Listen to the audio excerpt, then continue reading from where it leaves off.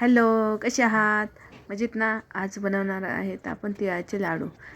एक छोटा डब्बा तीळ घ्यायचा, मोठा डब्बाभर शेंगदाणे घ्यायचे आणि काही गूळ घ्यायचा. गूळ आपल्या प्रमाणानुसार घ्यायचा. नंतर आपण कढाई ठेवायची, कढाईत तीळ भाजून घ्यायचे. थोडासा कलर चेंज झाला पाहिजे, नंतर थोडा आवाज झाला पाहिजे. चांगलं कमी गॅसवर भाजून घ्यायचं, नंतर ते काढून घ्यायचे. आणि शेंगदाणे पण तसेच कमी गॅसवर भाजून घ्यायचे. फुल गॅसवर भाजले तर शेंगदाणे वरून तर भाजतील, पण आतमधून कच्चे राहतील, नाही तर मग लवकर खराब होतील. त्याच्यामुळे फारच कमी गॅसवर भाजायचे. आणि मग हिवाळ्याच्या दिवसात हे लाडू खाल्लेले खूप आपल्या शरीरासाठी हेल्दी असतात आणि खूप छान पण लागतात.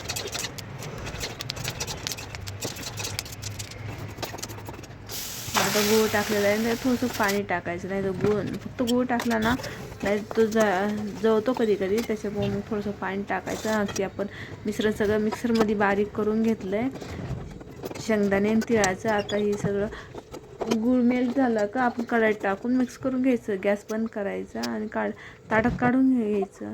मग त्याचे लाडू बनवायचे. बघा किती छान लाडू झालं आहे. मी त्याचा गोडपणा कमीच ठेवलात, कारण की माझ्या मुलाला जास्त गोड आवडत नाही, तर त्याला खूप आवडलेत. ओके बाय, तुम्ही ट्राय करा.